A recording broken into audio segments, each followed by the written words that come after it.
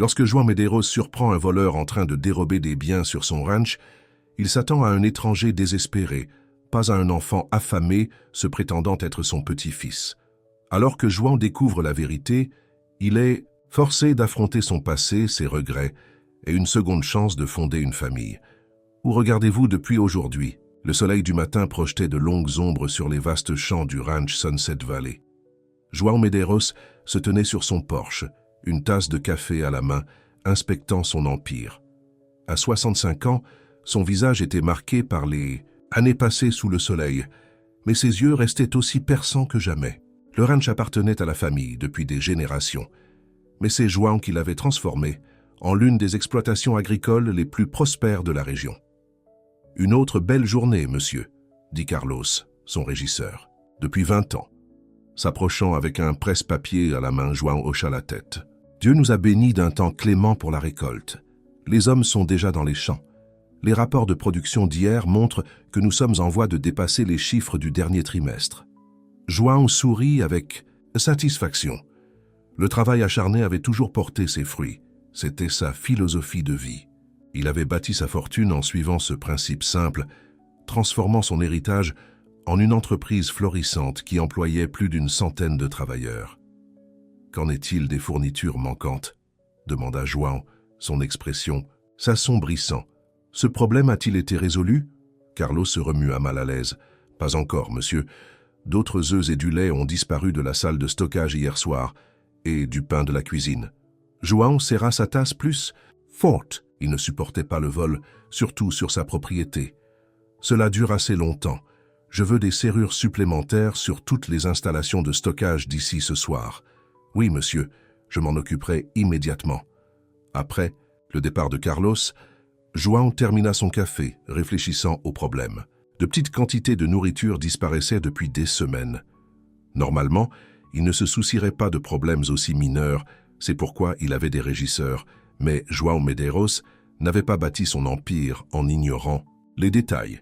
Quelque chose se passait sur sa propriété à son insu et sans son autorisation, et c'était inacceptable.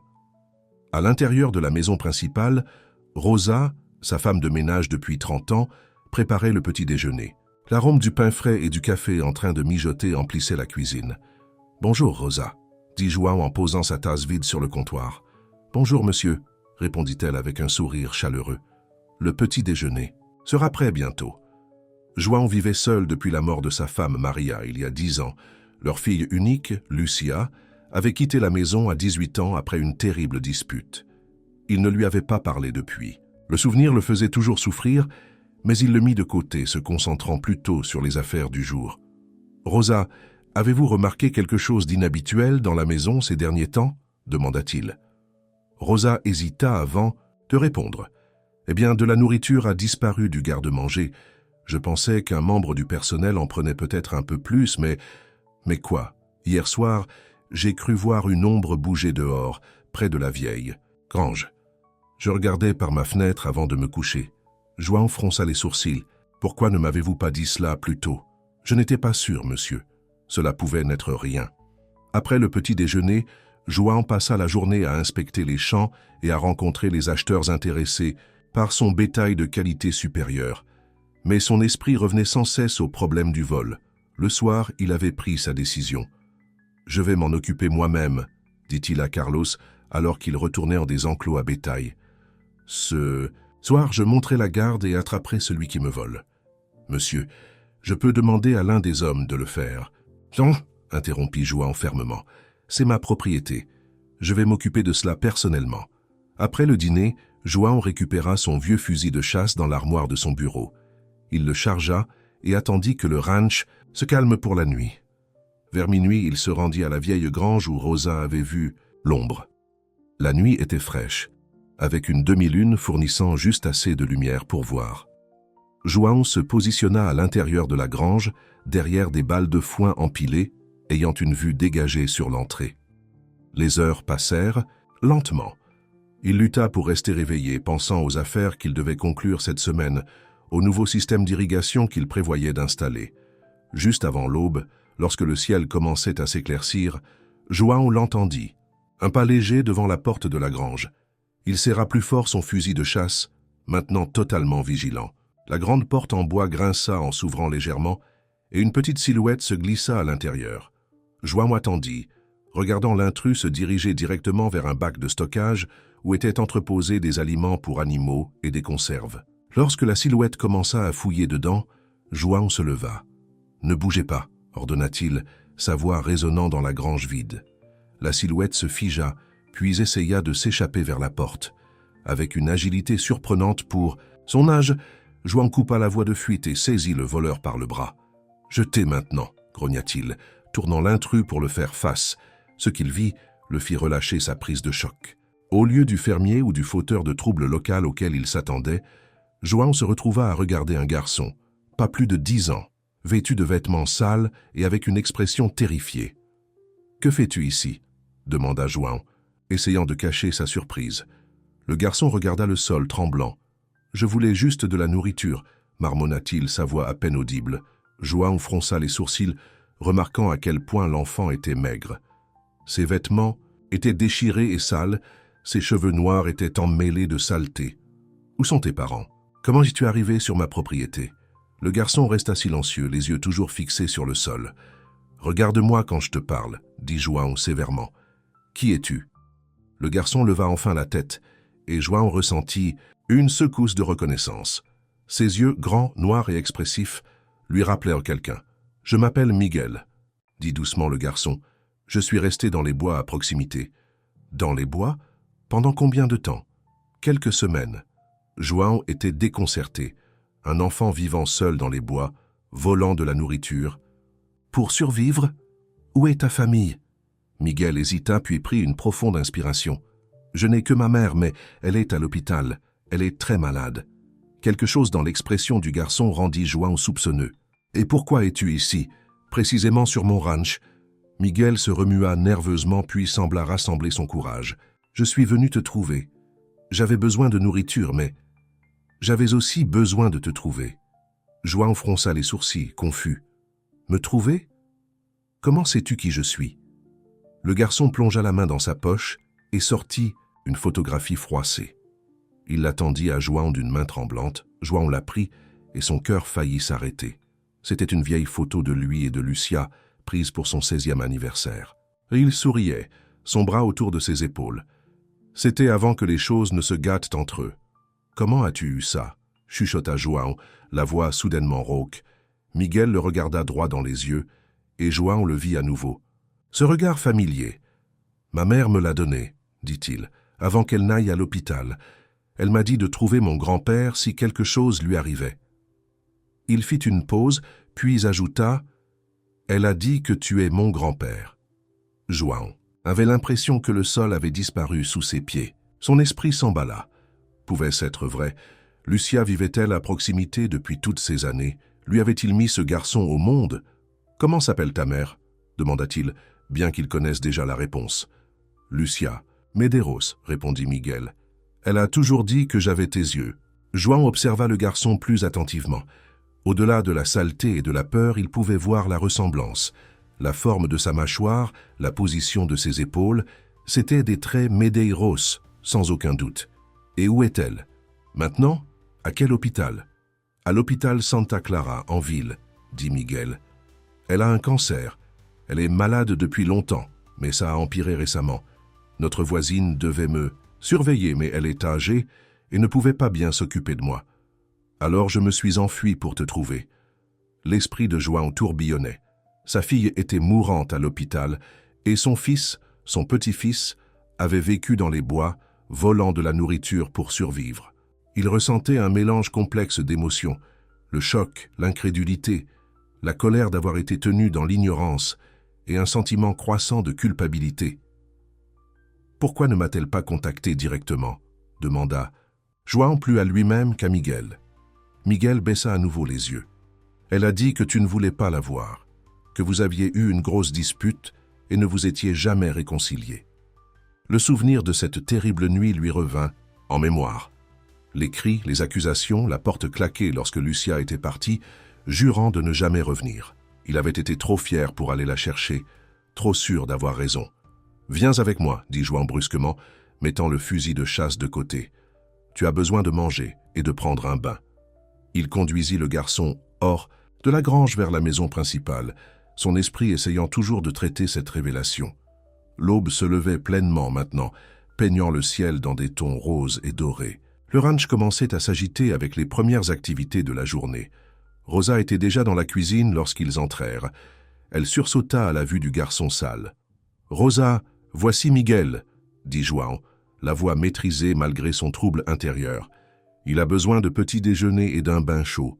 Et trouve-lui des vêtements propres, peut-être quelques-uns de ceux que nous gardons pour les enfants des ouvriers. » Rosa semblait confuse, mais elle hocha la tête.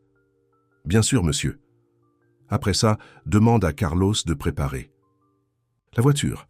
Je dois aller à l'hôpital Santa Clara immédiatement. » Les yeux de Rosa s'écarquillèrent. « Tout va bien, monsieur ?»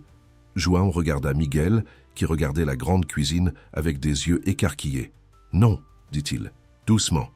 Mais peut-être que ça ira. » Alors que Rosa emmenait Miguel pour qu'il se nettoie, João alla dans son bureau et ferma la porte. Il avait besoin d'un moment seul. Il s'assit lourdement sur son fauteuil en cuir, le même fauteuil depuis lequel il dirigeait son empire commercial pendant des décennies, prenant des décisions qui affectaient des centaines de personnes. Mais maintenant, il était confronté à la décision la plus importante de sa vie. Le garçon prétendait être son petit-fils. Lucia était apparemment mourante à l'hôpital. Après 10 ans de silence, le passé l'avait rattrapé de la manière la plus inattendue. João ouvrit le tiroir de son bureau et sortit une petite photo encadrée qu'il gardait cachée là. Lucia, le jour de sa remise de diplôme, belle et fière. Il avait été si certain qu'elle finirait par revenir, qu'elle réaliserait qu'elle avait besoin de lui. Au lieu de cela, elle s'était construit une vie sans lui, avait eu un enfant sans qu'il le sache jamais. La fierté lui avait coûté 10 ans avec sa fille. Maintenant, cela pourrait lui coûter la chance de lui dire au revoir. João se leva, sa décision prise. Il irait à l'hôpital. Il ferait face à Lucia et au choix qu'ils avaient tous les deux fait. Et il s'assurerait que Miguel n'ait plus jamais à voler de la nourriture. Alors que le soleil se levait pleinement sur le Sunset Valley Ranch, João Medeiros se préparait à affronter la partie de son passé qu'il avait tant essayé d'oublier. Sa vie avait changé du jour au lendemain à cause d'un garçon affamé dans une grange, un garçon aux yeux familiers qu'il appelait grand-père. Le trajet jusqu'à l'hôpital Santa Clara parut interminable à João. Miguel était assis tranquillement sur la banquette arrière, maintenant propre et vêtu de vêtements qui pendaient lâchement sur son corps mince. Carlos conduisait la voiture dans la circulation matinale, jetant de temps en temps un coup d'œil dans le rétroviseur aux passagers inhabituels. « Combien de temps ta mère est-elle à l'hôpital » demanda João, brisant le silence. Miguel leva les yeux de la fenêtre. « 3 semaines cette fois. Elle est entrée et sortie pendant des mois. »« Cette fois ?» L'estomac de João se serra. « A-t-elle déjà été hospitalisée auparavant ?» Miguel hocha la tête. « Elle est malade depuis presque 2 ans. Ça a vraiment empiré le mois dernier. » João se retourna pour regarder son petit-fils plus attentivement. Le garçon avait le nez et le menton de Lucia, mais ses yeux, c'étaient indéniablement des yeux Medeiros, les mêmes yeux qui renvoyaient le regard de João dans le miroir chaque matin. « Et tu t'es débrouillé tout seul pendant tout ce temps ?» Miguel haussa les épaules. « Maman avait fait en sorte que notre voisine, Madame Vargas, vienne me voir, mais elle est âgée et oublie les choses. Quand maman n'est pas rentrée de sa dernière visite à l'hôpital, j'ai attendu 1 semaine, puis j'ai décidé de te trouver. Comment savais-tu où j'habitais ?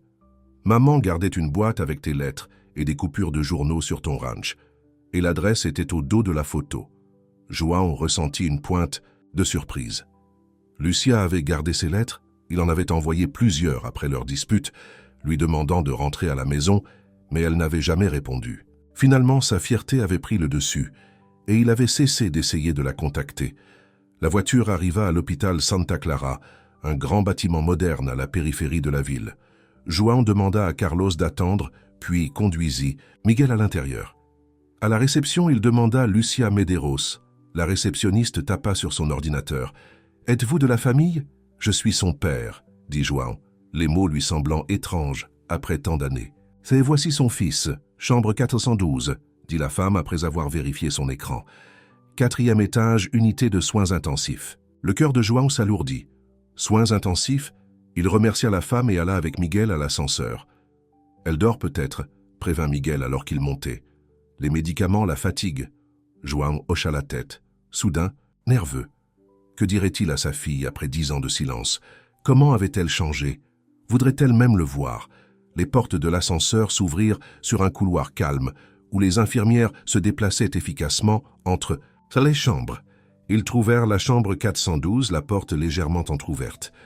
João hésita puis frappa doucement. « Entrez !» Se rappela une voix faible de l'intérieur. João prit une profonde inspiration et entra, Miguel juste derrière lui. La chambre était petite mais privée, avec une fenêtre donnant sur le jardin de l'hôpital. Des équipements médicaux entouraient le lit où une femme mince était allongée, ses cheveux foncés autrefois vibrants maintenant courts et ternes contre l'oreiller blanc. Mais malgré les changements physiques, João aurait reconnu sa fille n'importe où. Les yeux de Lucia s'écarquillèrent lorsqu'elle le vit.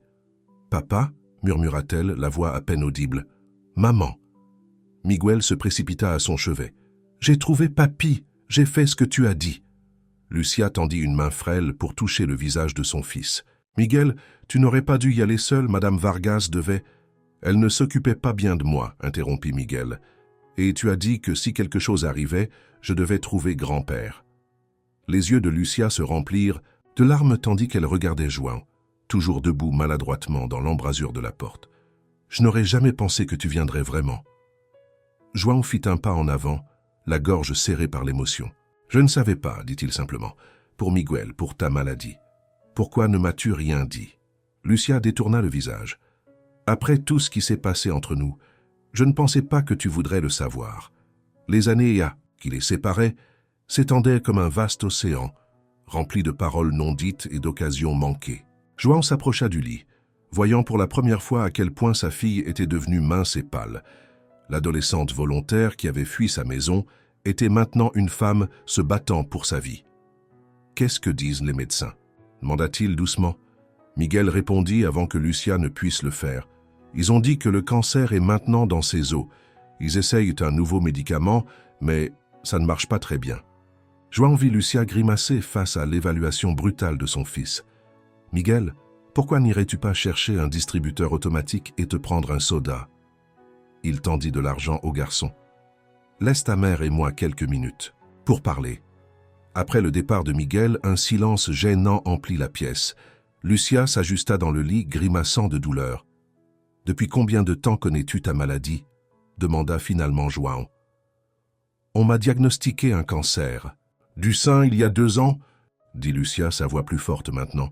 « J'ai suivi un traitement et ça a semblé fonctionner au début. Mais il y a 6 mois, ils ont découvert que ça s'était propagé. » Elle fit une pause. « Le pronostic n'est pas bon. » João tira une chaise près du lit et s'assit.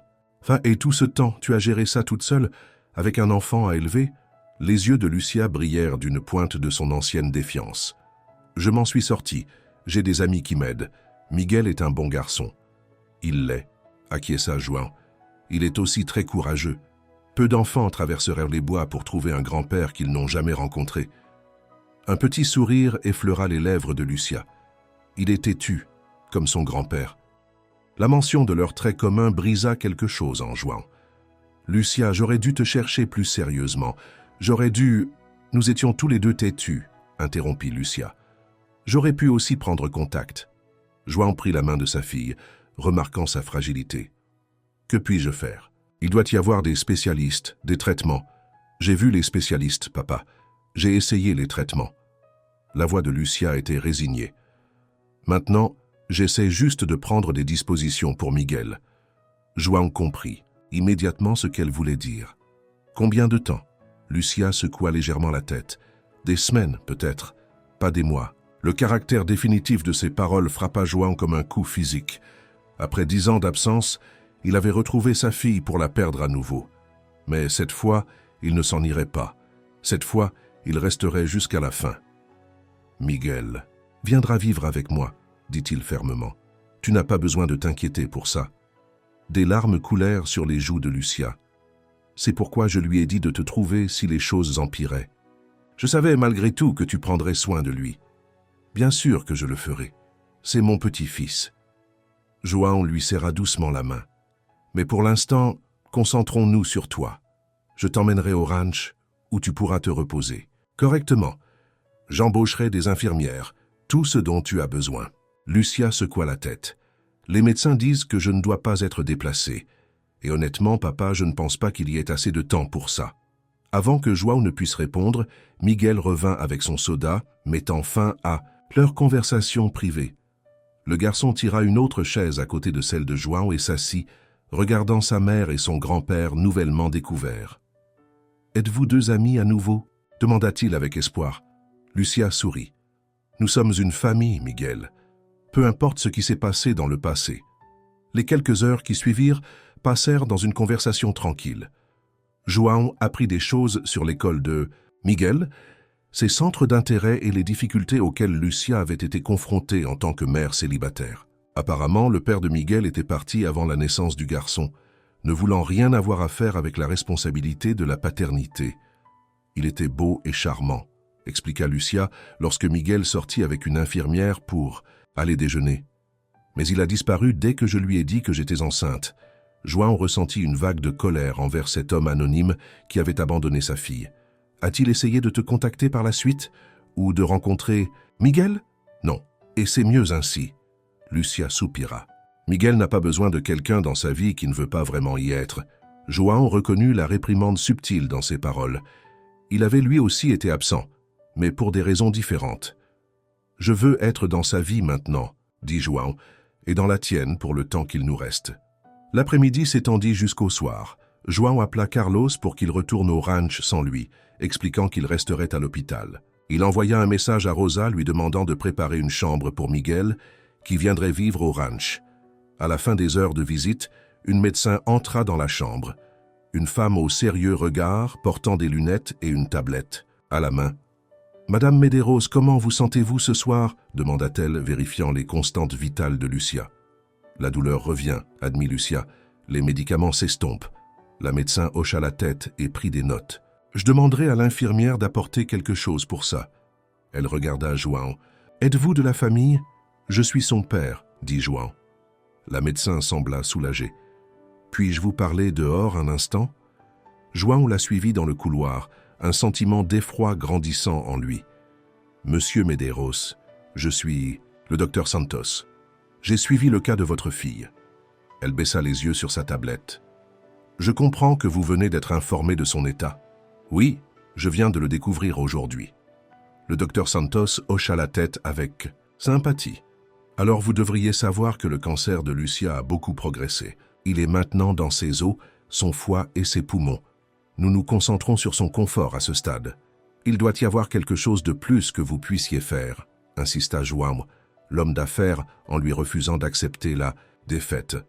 Des traitements expérimentaux, des essais cliniques. Lucia a déjà essayé plusieurs traitements expérimentaux. Rien n'a ralenti la progression. La voix du docteur Santos était douce, mais ferme. « Je suis désolé, mais il est important que vous compreniez la réalité de la situation. » João sentit son contrôle s'effondrer. Il était un homme habitué à résoudre les problèmes avec de l'argent et de l'influence. Mais ici, dans ce couloir d'hôpital stérile, toute sa richesse ne signifiait rien. « Combien de temps ?» demanda-t-il, reprenant sa question précédente à Lucia. Il est difficile de le dire exactement, mais d'après les tests récents, le docteur hésita. Peut-être quelques semaines. Son état se dégrade rapidement. João s'appuya contre le mur, l'ampleur de la situation le submergeant. Est-ce qu'elle le sait? Oui. Lucia a clairement exprimé son désir de comprendre son pronostic. Elle a fait preuve d'un courage remarquable. João hocha la tête, ne se faisant pas confiance pour parler. Il y a autre chose, continua le docteur Santos. Lucia s'inquiète pour ses factures d'hôpital. Le traitement a été coûteux et son assurance ne couvre pas tout. Elle a refusé certaines options à cause du coût. João se redressa immédiatement. Cela ne sera plus un problème. Je prendrai en charge toutes les dépenses, passées et futures. Et je veux qu'elle ait tout ce qu'il y a de disponible. Chambre privée, meilleurs médicaments, spécialiste si nécessaire. Je vais en prendre note, dit le docteur Santos. Cela la rassurera certainement. Lorsque João retourna dans la chambre, Miguel lisait une bande dessinée tandis que Lucia dormait. Le garçon leva les yeux vers João avec des yeux fatigués. « Est-ce que maman va mourir ?» demanda-t-il sans détour. João fut pris au dépourvu par la question directe. Il s'assit à côté de Miguel, choisissant ses mots avec soin. « Ta mère est très malade, dit-il. Les médecins font tout ce qu'ils peuvent, mais oui, elle pourrait mourir. Comprends-tu ce que cela signifie ?» Miguel hocha la tête solennellement. « Elle m'a dit qu'elle pourrait aller au paradis bientôt. C'est pourquoi elle voulait que je te trouve. Et j'en suis heureux, » dit João, passant un bras autour des maigres épaules du garçon. « Quoi qu'il arrive, tu ne seras pas seul. Tu viendras vivre avec moi au ranch. »« J'aimerais ça là-bas » demanda Miguel d'une petite voix. João pensa à sa vaste propriété avec ses champs et ses animaux, à la piscine rarement utilisée depuis le départ de Lucia, aux chevaux dans l'écurie. « Je pense que oui, » dit-il. « Il y a beaucoup d'espace. Pour courir, des animaux à voir. Et tu n'auras plus jamais à voler de la nourriture. » Miguel baissa les yeux, gêné. « Je suis désolé pour ça. »« C'est oublié, » l'assura João. « Maintenant, il se fait tard. Tu devrais dormir. Puis-je rester ici avec maman ?» João hocha la tête. « Bien sûr, je vais m'arranger. Avec les infirmières. » Comme prévu, les infirmières fournirent un lit de camp pour que Miguel puisse dormir. João s'installa dans la chaise à côté du lit de Lucia, prête à passer la nuit. Alors que Miguel s'endormait, Lucia ouvrit les yeux. « Tu n'es pas obligé de rester, » chuchota-t-elle à João. « Les infirmières appelleront si quelque chose change. »« Je ne pars pas, » dit João fermement. « J'ai déjà manqué trop de temps. » Lucia étudia son visage dans la faible lumière. « Tu as vieilli. »« Toi aussi, » répondit João avec un petit sourire. « Le cancer vous fait vieillir, » dit-elle simplement. « Mais toi, les cheveux gris te vont bien. Très distingué. » João rit doucement. Toujours la diplomate. Ils restèrent un moment en silence complice, le bip des moniteurs étant le seul son dans la pièce. « J'ai gardé toutes tes lettres, » dit finalement Lucia. « Je les lisais parfois à Miguel pour qu'il sache que tu existais. » João sentit sa gorge se serrer. « Pourquoi ? Ne m'as-tu jamais répondu ? Orgueil, blessure, peur que tu sois toujours en colère. » Lucia soupira. « Au moment où j'étais prête à te contacter, tellement de temps s'était écoulé. Et puis quand je suis tombée malade, je ne voulais pas revenir juste parce que j'avais besoin d'aide. Mais tu m'as envoyé Miguel. C'était différent. C'était pour lui, pas pour moi. » Lucia jeta un coup d'œil à son fils endormi. « Il mérite une bonne vie, papa. Un foyer stable. Il l'aura, promit João. Et bien plus, encore. » Comme la nuit s'approfondissait, João regarda sa fille s'endormir par moments. Les années qu'ils avaient perdues pesaient lourdement sur son cœur. Il se souvenait de la fille brillante et têtue qu'il avait défiée à chaque tournant. Que de choses auraient pu être différentes s'il avait ravalé son orgueil plus tôt. Dans le calme de la chambre d'hôpital, avec sa fille se battant pour sa vie et son petit-fils nouvellement découvert dormant à proximité, João Medeiros fit un vœu silencieux. Il ne gaspillerait pas le temps qu'il leur restait. Et il s'assurerait que Miguel grandisse en sachant combien sa mère l'avait aimé. Dehors, les lumières de la ville scintillaient dans l'obscurité. À l'intérieur de la chambre 412, une famille brisée par le temps et les malentendus commençait le processus douloureux et nécessaire de guérison, même en se préparant à faire ses adieux. La semaine suivante passa dans un flou de visites. À l'hôpital, de consultations médicales et d'inquiétudes croissantes, João partagea son temps entre le chevet de Lucia et les préparatifs au ranch. Il engagea les meilleures infirmières privées pour compléter le personnel de l'hôpital et s'assura que Lucia avait tout le confort possible. Miguel resta principalement à l'hôpital, hésitant à quitter le côté de sa mère. João lui apporta des vêtements propres, des livres et ses plats préférés. Lentement, un lien hésitant commença à se former entre le grand-père et le petit-fils. « As-tu déjà monté à cheval ?» demanda João à Miguel un après-midi, alors qu'il partageait un sandwich à la cafétéria de l'hôpital. Miguel secoua la tête. « Maman a dit qu'elle montait tout le temps quand elle était petite. Elle m'avait promis de m'apprendre un jour. » João ressentit une pointe de tristesse. « J'ai appris à ta mère à monter à cheval quand elle avait environ ton âge. Elle était douée, intrépide à cheval. »« Vraiment ?» Les yeux de Miguel s'illuminèrent d'intérêt. « Était-elle bonne ?»« La meilleure, » dit João, se souvenant de Lucia petite fille, ses cheveux flottant derrière elle, alors qu'elle galopait à travers les champs. Elle a même remporté quelques compétitions quand elle était adolescente. « Elle ne m'a jamais raconté ça, » dit Miguel. Il y a probablement beaucoup de choses qu'elle n'a pas eu le temps de te raconter, dit João doucement. Mais je peux te raconter ces histoires, si tu veux. Miguel hocha la tête avec empressement. Je veux tout savoir sur l'époque où maman était petite. Chaque jour, Lucia semblait s'affaiblir. Les médecins augmentèrent ses analgésiques, ce qui signifiait qu'elle passait plus de temps à dormir. Pendant ces heures de veille, elle luttait pour maintenir son énergie pour les visites de Miguel. Un soir, alors que Miguel était parti avec Rosa chercher à dîner à la cafétéria, Lucia fit signe à João de s'approcher de son lit. « Je dois parler de l'avenir de Miguel », dit-elle, sa voix à peine plus forte qu'un murmure. João rapprocha sa chaise. « Ne t'inquiète pas pour ça maintenant. Économise tes forces. » Lucia secoua la tête obstinément. « Il n'y a pas de temps à perdre. Je dois connaître tes projets pour lui. Il vivra avec moi au ranch, bien sûr, » la rassura João. « Je m'assurerai qu'il ait tout ce dont il a besoin. Éducation, opportunités, un foyer aimant. Et ton entreprise? Tes voyages ?» Les yeux de Lucia étaient intenses malgré sa faiblesse. « Être parent, c'est être présent, papa. Quelque chose que tu n'as pas toujours compris. » La critique piquait, mais João reconnut la vérité, qu'elle contenait. « Je suis plus âgé maintenant, Lucia. Plus sage, je l'espère. J'ai délégué une grande partie des tâches quotidiennes à Carlos et à l'équipe de direction. Je peux être là pour Miguel. » Lucia étudia son visage. « Il a besoin de stabilité, de structure, mais aussi de chaleur, de compréhension. Je sais, » dit João doucement. « J'ai appris de mes erreurs avec toi. » Des larmes remplirent les yeux de Lucia. « J'étais si longtemps en colère contre toi, pour avoir essayé de contrôler ma vie, pour ne pas avoir accepté mes choix. J'avais tort, » admit João les mots difficiles mais nécessaires. « Je voulais te protéger, te donner la meilleure vie possible, mais je me suis complètement trompé. Nous avons tous les deux fait des erreurs, » dit Lucia prenant sa main. « J'aurais dû te parler de Miguel dès le début. » João serra doucement ses doigts fragiles. « Tout cela n'a plus d'importance maintenant. Tout ce qui compte, c'est que nous soyons ensemble ici et que Miguel soit pris en charge. » Lucia hocha la tête, visiblement soulagée. « Il y a une boîte dans mon appartement. Des papiers importants, des photos, des choses pour Miguel.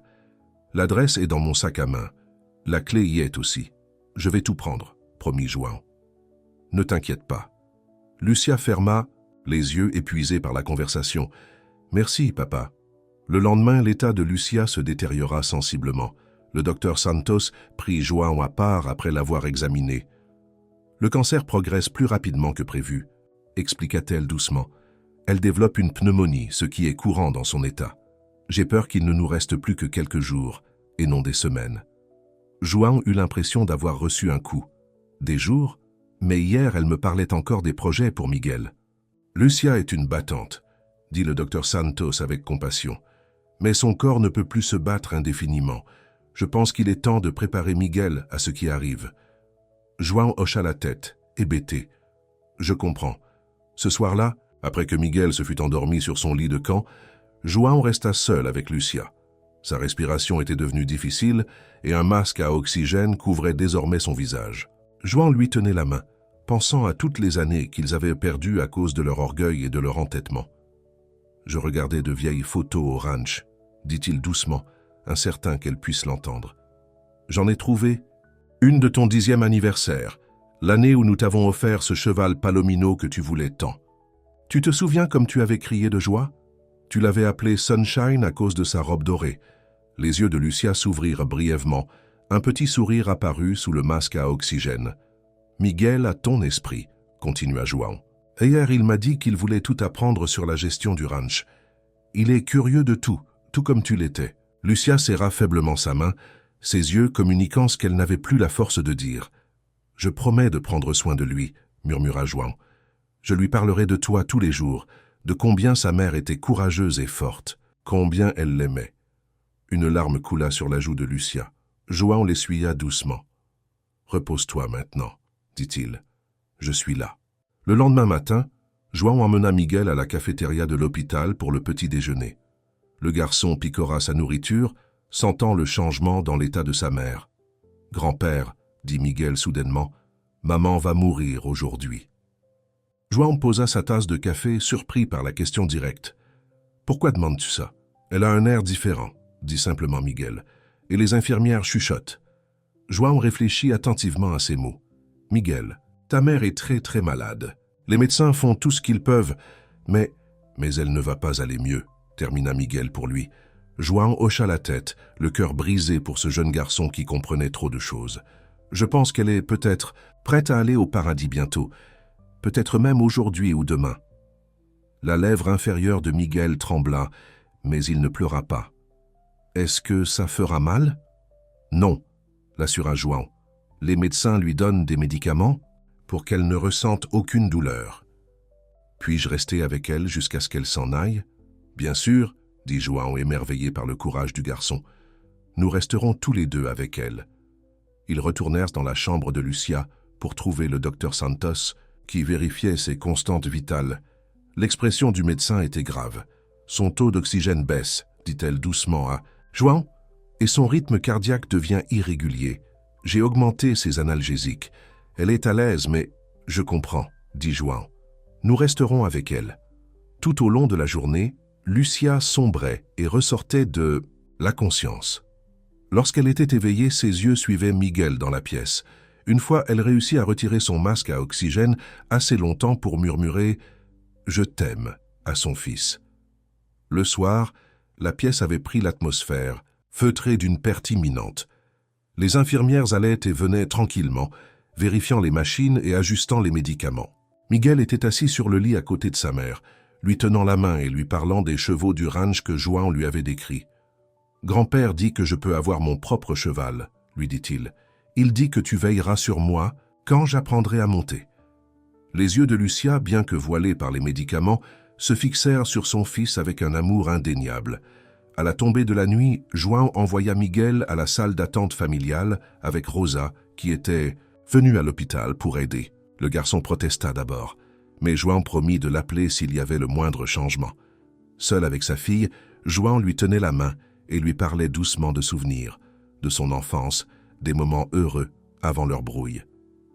Il s'excusa pour son entêtement, pour les années qu'ils avaient perdues, et il promit encore et encore d'élever Miguel avec tout l'amour et les conseils qu'il pouvait lui apporter. Peu après minuit, le rythme respiratoire de Lucia changea. João appuya sur le bouton d'appel et une infirmière arriva rapidement, vérifiant les moniteurs. « J'irai chercher le médecin, dit-elle. » Mais João sut par son expression ce qui se passait. « Devrais-je appeler son fils ?» demanda-t-il.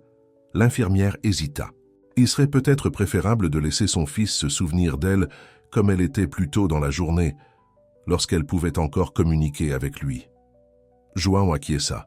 « Veuillez demander à Rosa de le garder dans la salle d'attente. » Dans la faible lumière de la chambre d'hôpital, João continua sa veillée silencieuse.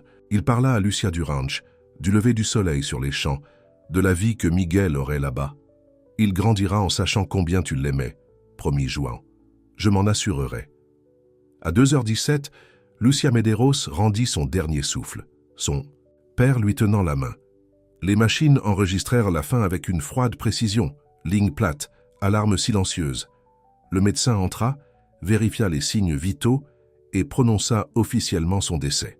« Je suis très désolé. »« Pour votre perte, » dit le docteur Santos en posant une main compatissante sur l'épaule de João. João hocha la tête, incapable de parler. Il resta quelques minutes de plus auprès du corps de sa fille, lui disant un dernier au revoir silencieux avant d'aller prévenir. Miguel. Le garçon dormait sur un canapé dans la salle d'attente, la tête sur les genoux de Rosa. João le réveilla doucement. « Miguel, dit-il doucement, ta mère est allée au paradis maintenant. » Miguel s'assit, complètement éveillé malgré l'heure tardive. « Puis-je la voir? Es-tu sûr de le vouloir ?» Miguel acquiesça fermement. « J'ai besoin de lui dire au revoir. » João le ramena dans la chambre où les infirmières avaient enlevé une partie du matériel médical et avaient donné à Lucia un aspect paisible, comme si elle dormait. Miguel s'approcha du lit sans hésitation. « Au revoir, maman, » dit-il, la voix ferme. « Je vais bien aller avec grand-père. Tu n'as plus à t'inquiéter. » Il se pencha et lui embrassa la joue, puis se tourna vers João. « Je suis prêt à partir maintenant. » João s'émerveilla du calme du garçon, même si ses propres yeux étaient remplis de larmes. Ensemble, ils sortirent de la chambre d'hôpital, laissant derrière eux la forme physique de la femme qu'ils avaient tous les deux aimée. Les jours qui suivirent furent un flou d'arrangements funéraires, de paperasse et d'adaptation à leur nouvelle réalité. João emmena Miguel dans le petit appartement de Lucia pour récupérer ses affaires et la boîte dont elle avait parlé. À l'intérieur, ils trouvèrent des albums photos, des documents officiels et des lettres, y compris toutes celles que João avait envoyées au fil des ans. Les funérailles furent simples mais dignes. João fut surpris par le nombre de personnes présentes, des amis de Lucia qu'il n'avait jamais rencontrés, des collègues de son travail dans une agence de design locale, des voisins qui avaient aidé Miguel. Chaque personne avait une anecdote sur la gentillesse de Lucia, sa créativité, son dévouement à son fils. Miguel resta stoïquement aux côtés de João pendant toute la cérémonie, sa petite main se tenant avec confiance dans celle de son grand-père. Au moment de quitter le cimetière, le garçon s'attarda devant la tombe. « On peut revenir la visiter ?» demanda-t-il. « Aussi souvent que tu veux » l'assura João. « On peut apporter des fleurs chaque semaine si tu veux. » Miguel hocha la tête. Maman aimait les tournesols. Elle disait que c'était des fleurs joyeuses. « Alors ce seront des tournesols » dit João, notant mentalement d'en faire planter au ranch. Le retour au ranch Sunset Valley marqua le début de leur nouvelle vie ensemble. João avait préparé la chambre de Miguel avec soin, achetant de nouveaux meubles, des livres et des jouets. Rosa avait rempli la cuisine de nourriture susceptible de plaire à un garçon de 10 ans. Carlos et les ouvriers du ranch reçurent pour instruction d'être patients et serviables pendant que Miguel s'adaptait à son nouvel environnement. Leur premier matin de retour au ranch, João fit faire à Miguel une visite de la propriété, les écuries, les parcs à bétail, les vergers et les champs. Les yeux du garçon s'écarquillèrent devant l'immensité du domaine. « Tout ça est à toi ?» demanda-t-il avec émerveillement. « À nous » corrigea João. « Un jour tout cela t'appartiendra. » Au petit déjeuner, João aborda le sujet de l'école. « Il y a une bonne école à une vingtaine de minutes d'ici. J'ai pensé qu'on pourrait la visiter demain, voir si elle te plaît. » Miguel poussa ses œufs sur son assiette. « Les autres enfants sauront pour ma maman ?» João réfléchit à la question. « Peut-être, avec le temps. Mais tu n'es pas obligé d'en parler si tu ne le souhaites pas. Et s'ils demandent pourquoi je vis avec mon grand-père au lieu de mes parents, alors tu pourras leur dire ce que tu te sens à l'aise de partager, dit João. Que ta mère est allée au paradis et que ton père n'est pas dans le tableau. Miguel hocha la tête pensivement. Maman a toujours dit qu'il n'était pas prêt à être un père. Certains hommes ne le sont pas, dit João prudemment. Mais cela ne te reflète absolument pas. C'était sa faute, pas la tienne. Tu le connaissais ? Demanda Miguel curieusement. Non, admit João. Ta mère et moi, nous n'étions pas en contact lorsqu'elle l'a rencontré. Miguel sembla accepter cette explication. Je n'ai pas besoin de lui de toute façon. Je t'ai maintenant. João ressentit une vague d'amour protecteur pour ce garçon courageux et résilient. Oui, tu me l'as, et je ne vais nulle part. Ce soir-là, après avoir couché, João s'assit sur sa véranda avec un verre de whisky regardant les étoiles. Les événements des 2 dernières semaines semblaient presque irréels.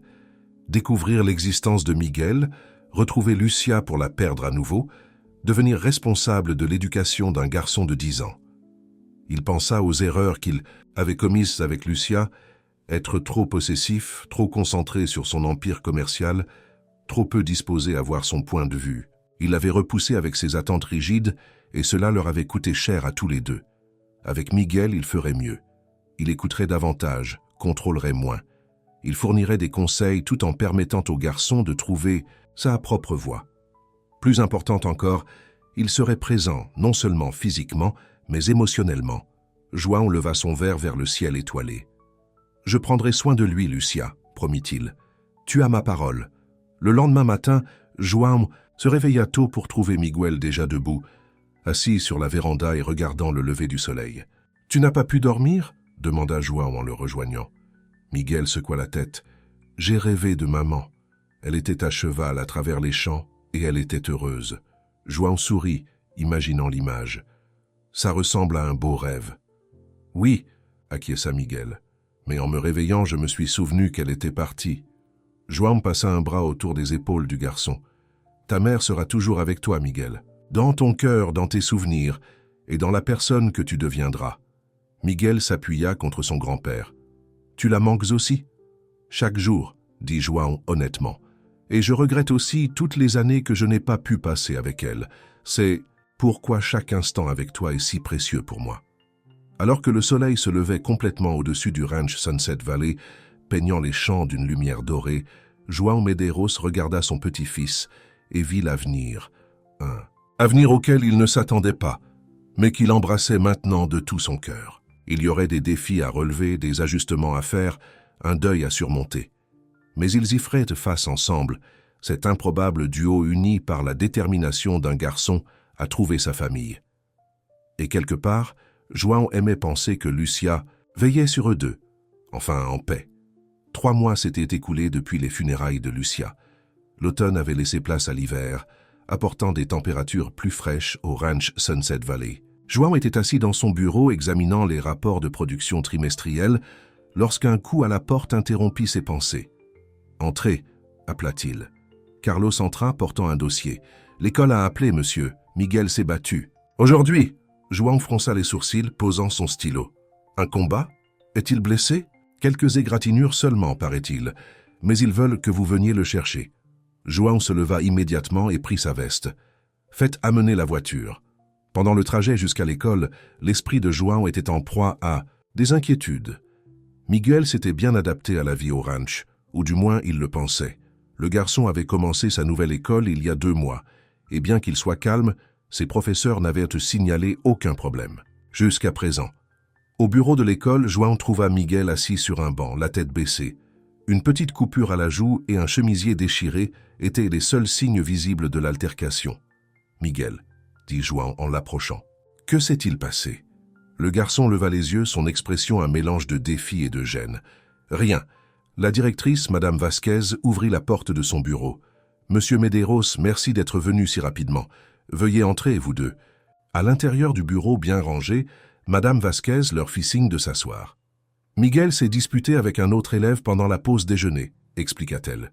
Selon les témoins, l'autre garçon a fait quelques commentaires sur la mère de Miguel, et Miguel a réagi physiquement. João lança un regard à son petit-fils dont la mâchoire était serrée. « Qu'a-t-il dit exactement ?» Madame Vasquez semblait mal à l'aise. Apparemment, l'autre élève a suggéré que Miguel n'avait pas de parents, parce que personne ne le voulait. C'était cruel et totalement inacceptable. Cet élève est sanctionné séparément. João ressentit une vague de colère protectrice. « Je vois. Cependant, » continua Madame Vasquez, « nous avons une politique stricte contre la violence physique. Miguel devra faire des heures de retenue demain après-midi. » João hocha la tête. « C'est juste. Miguel sait que se battre n'est pas la façon de résoudre les conflits, n'est-ce pas, Miguel ?» Miguel resta silencieux, les yeux fixés sur le sol. Après avoir signé les papiers nécessaires, João accompagna Miguel jusqu'à la voiture. Le garçon monta sans un mot, le visage fermé. « Tu veux me raconter ce qui s'est vraiment passé ?» demanda João tandis qu'il s'éloignait de l'école. « Vous avez déjà entendu ?» murmura Miguel. « J'ai entendu la version du proviseur, » dit João. « Maintenant, j'aimerais entendre la vôtre. » Miguel resta silencieux un instant, puis les mots jaillirent de lui. « Diego a dit que ma mère est morte parce qu'elle ne voulait plus être avec moi. Il a dit qu'elle s'est probablement suicidée pour s'éloigner de moi. » Sa voix se brisa. « Il a dit que mon père est parti parce que je ne valais pas la peine qu'il reste. » Les jointures de João blanchirent sur le volant. « Ce n'est pas vrai, Miguel, pas un mot. »« Je sais, » dit Miguel, une larme coulant sur sa joue. « Mais ça a quand même fait mal. » João stoppa la voiture sur le bas-côté et se tourna vers son petit-fils. « Ta mère t'aimait plus que tout au monde. Elle s'est battue pour rester avec toi aussi longtemps qu'elle le pouvait. Et quant à ton père, son absence le reflète. Lui, pas toi. » Miguel s'essuya les yeux avec sa manche. « Je n'aurais pas dû le frapper. »« Non, tu n'aurais pas dû, » acquiesça João. « Mais je comprends pourquoi tu l'as fait. La prochaine fois, cependant, nous trouverons une meilleure façon de gérer ça, d'accord ?» Miguel hocha la tête puis regarda João avec des yeux inquiets. « Vous êtes en colère contre moi ?»« Non, » dit João honnêtement. « Je suis fier de la façon dont tu gères tout depuis ces derniers mois. Une mauvaise journée ne change rien à ça. » Au lieu de rentrer directement à la maison, João fit un détour par le glacier du village. Autour de coupes glacées au chocolat, il raconta des anecdotes sur Lucia enfant, y compris quelques fois où elle avait elle-même eu des problèmes à l'école. « Ta mère a une fois mis une grenouille dans le tiroir du bureau de son professeur. » Elle se rappela João avec un sourire. « Elle avait 8 ans et était en colère parce que la professeure avait critiqué son dessin. Miguel gloussa. « Vraiment? Maman a fait ça? » « Oui. Et elle a eu de gros ennuis pour ça aussi. » L'expression de João devint plus sérieuse. Le point est que tout le monde fait des erreurs, surtout quand on souffre ou qu'on est en colère. Ce qui compte, c'est d'en tirer des leçons. Au moment où ils retournèrent au ranch, le moral de Miguel s'était élevé. Il se dirigea vers les écuries pour s'occuper du jeune poulain que João lui avait donné, un énergique yearling noir qu'il avait nommé Tonnerre. João le regarda partir, pensant à combien le garçon avait grandi en quelques mois seulement. Pas physiquement. Il était toujours petit pour son âge, mais en confiance et en sécurité. Le regard hanté qui avait été dans ses yeux, lorsque João l'avait trouvé pour la première fois dans la grange, s'estompait progressivement. Plus tard dans la soirée, après le dîner, João trouva Miguel dans sa chambre, regardant un album, photo. « Puis-je me joindre à toi ?» demanda João de la porte. Miguel hocha la tête, tapotant le lit à côté de lui. L'album était ouvert sur des photos de Lucia à la fin de son adolescence, vers l'époque où elle avait quitté la maison. C'était avant qu'elle parte, demanda Miguel, pointant une photo de Lucia lors de ce qui semblait être une cérémonie de remise de diplôme. Oui, dit João, étudiant l'image de sa fille en robe de cérémonie, son sourire lumineux et plein d'espoir. C'était sa remise de diplôme du lycée quelques semaines avant notre dispute. Miguel traça le visage de sa mère du doigt. Pourquoi est-elle partie? João soupira, réalisant qu'il n'avait jamais complètement expliqué la dispute à Miguel. Ta mère et moi étions en désaccord sur son avenir. Je voulais qu'elle étudie le commerce pour se préparer à reprendre le ranch un jour. Elle voulait étudier l'art et le design en ville. Et vous avez dit non? J'étais têtu, admit João. Je pensais savoir ce qui était le mieux pour elle. J'ai menacé de couper son financement universitaire si elle ne suivait pas mon plan. C'est pour ça qu'elle est partie? Miguel sembla surpris. Juste à cause de l'école? C'était plus que ça, expliqua João. Il s'agissait de contrôle. J'essayais de contrôler sa vie au lieu de soutenir ses choix. Elle voulait la liberté de suivre sa propre voie. Et elle n'est jamais revenue, dit Miguel doucement. Nous étions tous les deux trop fiers pour faire le premier pas vers la réconciliation, dit João. C'était notre plus grosse erreur. Si nous avions simplement parlé l'un à l'autre, les choses auraient pu être très différentes. Miguel resta silencieux un instant puis demanda « Pensez-vous qu'elle était heureuse? En ville, avec son travail et avec moi? Je sais qu'elle était heureuse avec toi, dit João fermement. Pour le reste, d'après ce que ses amis m'ont dit aux funérailles, elle s'est construite une belle vie. Elle est devenue une designer respectée. Elle avait des amis qui tenaient à elle. Mais je pense qu'elle a parfois manqué le ranch et elle a certainement manqué d'avoir une famille autour d'elle. » Miguel tourna une autre page de l'album, révélant d'autres photos de Lucia, certaines avec un jeune Miguel. « Elle a gardé toutes ces photos de toi dans cet album. Elle me racontait des histoires sur le ranch et sur toi. »« Quelle sorte d'histoire ?» demanda João curieusement. « De bonnes histoires, » l'assura Miguel. « Elle a dit que tu étais fort et juste, que tu avais tout construit toi-même et que tu n'avais jamais abandonné. Elle a dit que j'étais têtu comme toi. » João rit doucement. Elle avait raison. Au fil des mois d'hiver, la vie au ranch Sunset Valley tomba dans une routine confortable. Miguel allait à l'école en semaine et aidait au ranch le week-end. João adapta son emploi du temps pour être plus présent, prenant le temps d'assister aux événements scolaires de Miguel et de lui apprendre le métier de ranch. Ensemble, ils rendaient visite à la tombe de Lucia tous les dimanches, apportant les tournesols qu'elle avait aimés. Ces visites étaient parfois silencieuses, parfois remplies d'histoires, alors que João et Miguel partageaient des souvenirs de Lucia ou lui racontaient leur semaine. Un samedi matin, frais de début de printemps, João fut surpris de trouver Miguel dans son bureau, l'air sérieux. « Grand-père, on peut parler ?» demanda le garçon. « Bien sûr », répondit João, rangeant le contrat qu'il avait été en train d'examiner. « Qu'est-ce qui te préoccupe ?» Miguel s'assit sur la chaise en face du bureau. « J'ai trouvé quelque chose dans la boîte de maman, quelque chose que je pense que vous devriez voir. » Il sortit une enveloppe et la tendit à João. À l'intérieur se trouvait une lettre datée de quelques mois seulement avant la mort de Lucia, adressée à João, mais jamais envoyée. Les mains tremblantes, João déplia le papier et commença à lire « Cher papa, si tu lis ceci, cela signifie probablement que je n'ai plus de temps. Les médecins disent que le cancer s'est trop répandu pour être traité et je dois prendre des dispositions pour Miguel. Il y a tellement de choses que je veux te dire, tant d'années à raconter. J'ai commencé cette lettre une centaine de fois mais l'orgueil et la peur m'ont toujours empêché de l'envoyer. Maintenant, face à la fin, ces raisons semblent folles. Je veux que tu saches que je n'ai jamais cessé de t'aimer, même quand j'étais le plus en colère. J'ai gardé toutes les lettres que tu m'as envoyées, et j'ai parlé de toi à Miguel, de ta force, de tes principes, de ton amour pour la terre. Je voulais qu'il connaisse son grand-père, ne serait-ce qu'à travers des histoires. J'ai fait beaucoup d'erreurs, papa. Fuir au lieu de tenir bon, couper la communication alors que j'aurais pu tendre la main, garder Miguel secret pour toi. Je me suis justifié en me disant que tu n'approuverais pas mes choix, que tu me jugerais pour être devenue mère célibataire. Mais la vérité est que j'avais peur. Peur du rejet, peur d'avoir tort, peur d'avoir besoin d'aide. Miguel est la meilleure chose de ma vie, ma plus grande réussite. Il a tes yeux et ta détermination. Il mérite une famille, un foyer, un héritage.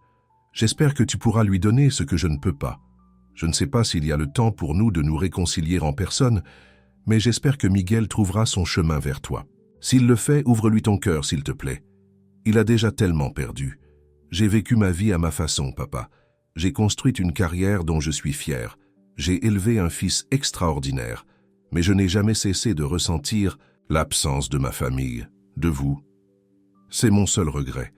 Avec amour, Lucia João posa la lettre sur son bureau, submergée par l'émotion. « Quand as-tu trouvé ça » demanda-t-il à Miguel. « La semaine dernière » répondit Miguel. « J'essayais de décider si je devais te le montrer. Je suis content que tu l'aies fait, » dit João, la voix rauque. « Ta mère essayait de nous contacter. Elle voulait que nous nous réconcilions. Elle m'a dit une fois que vous étiez trop semblables, » dit Miguel. « C'est pour ça que vous vous êtes heurtés. » João sourit tristement. Elle avait raison. Nous avions tous deux l'entêtement des Medeiros. « L'ai-je moi aussi » demanda Miguel. « Oh oui » l'assura João. « Mais ce n'est pas toujours une mauvaise chose. L'entêtement peut être une force lorsqu'il est dirigé correctement, vers la persévérance, vers la loyauté, vers la protection de ce qui compte. » Miguel sembla réfléchir. « Grand-père, que va-t-il arriver au ranch quand tu seras vieux ?» La question prit João par surprise. « Eh bien, éventuellement, il t'appartiendra si tu le veux.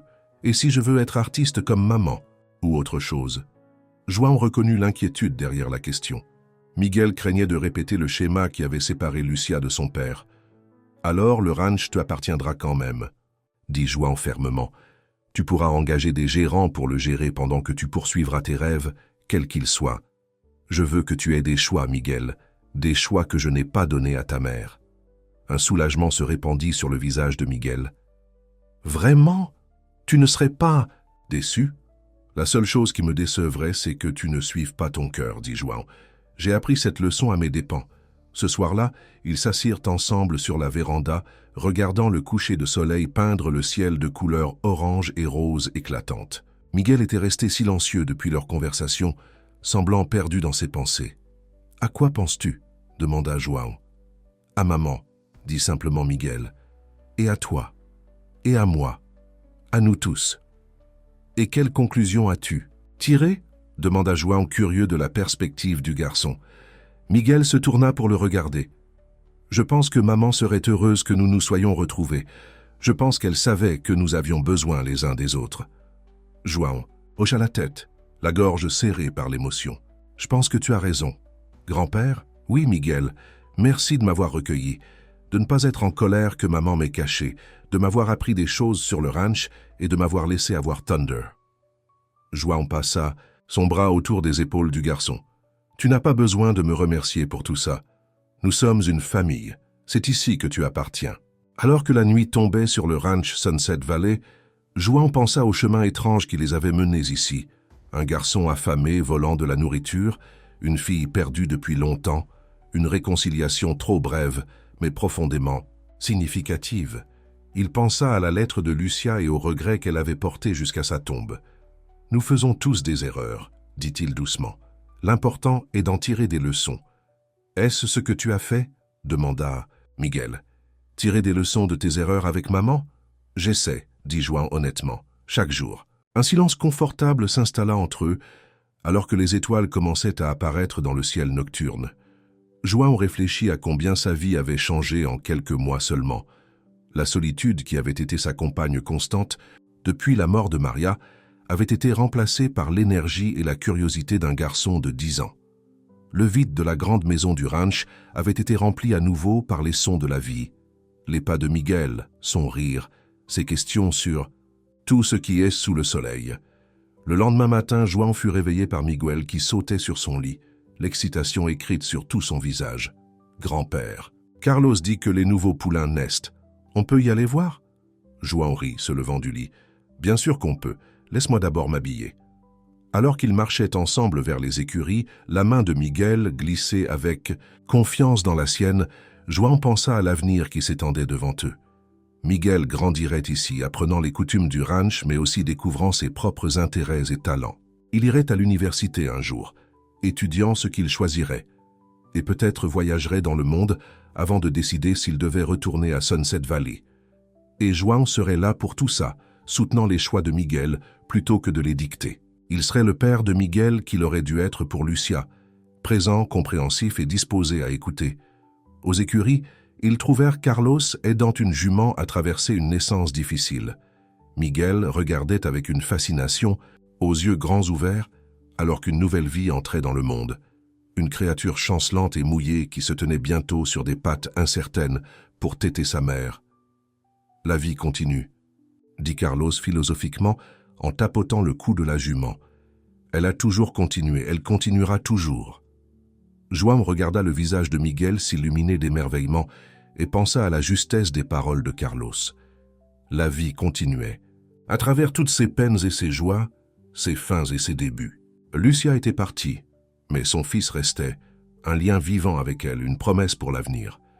Plus tard cet après-midi-là, alors qu'ils chevauchaient leurs chevaux à travers la vaste étendue du ranch, João sur son robuste étalon, Miguel sur son cher Thunder, João sentit une paix s'installer sur lui. La terre s'étendait dans toutes les directions, l'héritage de générations d'éleveurs Medeiros. Et à côté de lui chevauchait la prochaine génération. Pas une réplique de ceux qui étaient advenus avant, mais un mélange unique d'anciens et de nouveaux. « Course jusqu'au grand chêne », appela soudainement Miguel, incitant Thunder à avancer. João rit et laissa libre cours à son cheval, sachant qu'il laisserait Miguel gagner, mais appréciant néanmoins la compétition. Alors qu'il traversait le champ en tonnant, le vent dans le visage et le rythme des battements de sabots sous eux, João pensa avoir aperçu quelque chose, ou quelqu'un, regardant de l'ombre d'un arbre distant. Une femme mince aux cheveux noirs, souriant en regardant son père et son fils chevaucher ensemble à travers la terre qu'elle avait autrefois aimée mais qu'elle avait quittée. Simple jeu de lumière, savait João. Un produit de la mémoire et d'un vœu pieux, mais réconfortant néanmoins. « Je fais de mon mieux, Lucia », murmura-t-il au vent, « je te le promets. » Alors que le rire ravi de Miguel lui revenait, João sourit et poussa son cheval plus vite. Il restait encore tant à faire, tant à enseigner, tant à apprendre. Mais ils avaient maintenant du temps, le temps de grandir ensemble, d'honorer la mémoire de Lucia et de construire quelque chose de nouveau à partir des fondations de ce qui avait été perdu et retrouvé. Le secret du garçon perdu les avait réunis. Mais c'est l'amour, imparfait, têtu, un amour durable, qui les maintiendrait ainsi. Au chêne, Miguel était déjà en train de descendre de cheval, le visage rouge d'excitation et de victoire. « J'ai gagné, grand-père. As-tu vu comme Thunder allait vite ?»« Je l'ai vu, » dit João, le rejoignant à l'ombre de l'arbre ancestral. « Tu deviens un excellent cavalier. Ta mère serait fière. » Miguel rayonna de louanges, puis devint plus sérieux. « Penses-tu qu'elle puisse nous voir, du ciel ?» João leva les yeux vers le vaste ciel bleu. « Je crois qu'elle le peut, et je crois qu'elle est heureuse que nous nous soyons retrouvés. »« Moi aussi, » dit simplement Miguel. Alors qu'ils étaient assis sous le chêne, partageant de l'eau d'une gourde et parlant de leurs projets pour le ranch, João Medeiros ressentit un sentiment d'accomplissement qu'il n'avait pas connu depuis des années. Le cercle avait été brisé lorsque Lucia était partie, mais maintenant il était à nouveau complet d'une manière différente. Le garçon perdu avait été retrouvé. Et en le retrouvant, João s'était aussi retrouvé.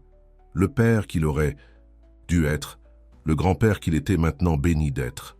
Le voyage n'avait pas été facile, et la douleur de perdre Lucia ne s'estomperait jamais complètement.